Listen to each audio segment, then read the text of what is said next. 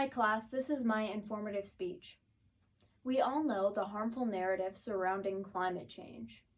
We know the personal guilt placed upon us as citizens of the world who are somehow personally responsible for harming species like the polar bears.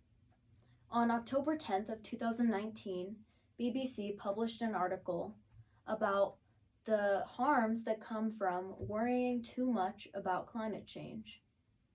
The author of this article shares a personal anecdote about herself and her partner and their apprehension towards having children due to the state of the planet. She uses their apprehension to make a point about how anxiety surrounding the state of the world can really impede on our lives. The anxiety that manifests from our concern for the planet can be extreme for some people.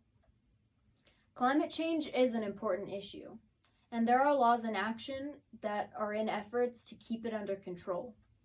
According to an article published in October of 2017, found in Wire's Climate Change, the Paris Agreement and cooperation with its demands are essential to accelerating change and keeping the world at optimal temperatures. Today, I'm going to be informing you about climate change and the implications of the Paris Agreement. First, I'm going to tell you about climate change and its effect on the US. Then I will tell you about the Paris Agreement itself. And finally, I will tell you about the implications of the US rejoining the Paris Agreement. Let me begin by telling you about climate change and its effect on the US. In an article from Climactic Change, published on September 2nd of 2014, the authors go into depth concerning scientists' predictions for how changes brought on by pollution and climate change will be detrimental to the US. Changes in temperature, precipitation, vapor pressure, day length, solar radiation, CO enrichment, and nitrogen deposition were evaluated as drivers of NPP, or net primary productivity. This means that it is essential for all of these factors that keep the US economy afloat to remain in balance. The article goes on to explain that climate change negatively impacts all of these factors, and therefore it is detrimental to the US economy. Now that you know about the effects of climate change specifically on the US, allow me to try and put your mind at ease by expanding on some laws put in place by the Paris Agreement in order to keep these effects at bay. On October 1st of 2019, Ecology Law Quarterly published a highly informative article on the Paris Agreement.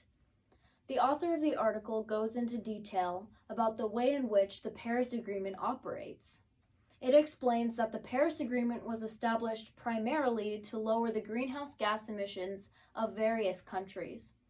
The article also explains that the Paris Agreement is voluntary and relies heavily on the cooperation of each country involved, so that eventually it will be less expensive in order to reduce pollution.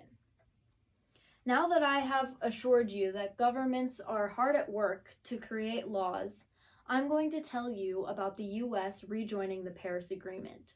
In an article by Popular Science on January 22nd of 2021, the author talks about the implications of the US and the Paris Agreement.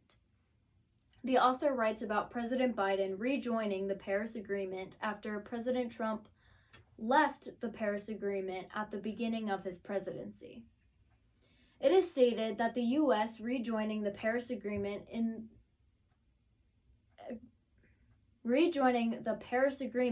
means that they will be able to reach their goals more easily. Now that the US is involved, and due to the fact that we contribute about 1/6 of greenhouse gas emissions, their goals are more reachable. First, I told you about the effects of climate change on the US. Then I told you about the Paris Agreement. And finally, I told you about the implications of the Paris Agreement on the US. I hope to have eased your mind concerning the problem of global warming with this information you may not have known before.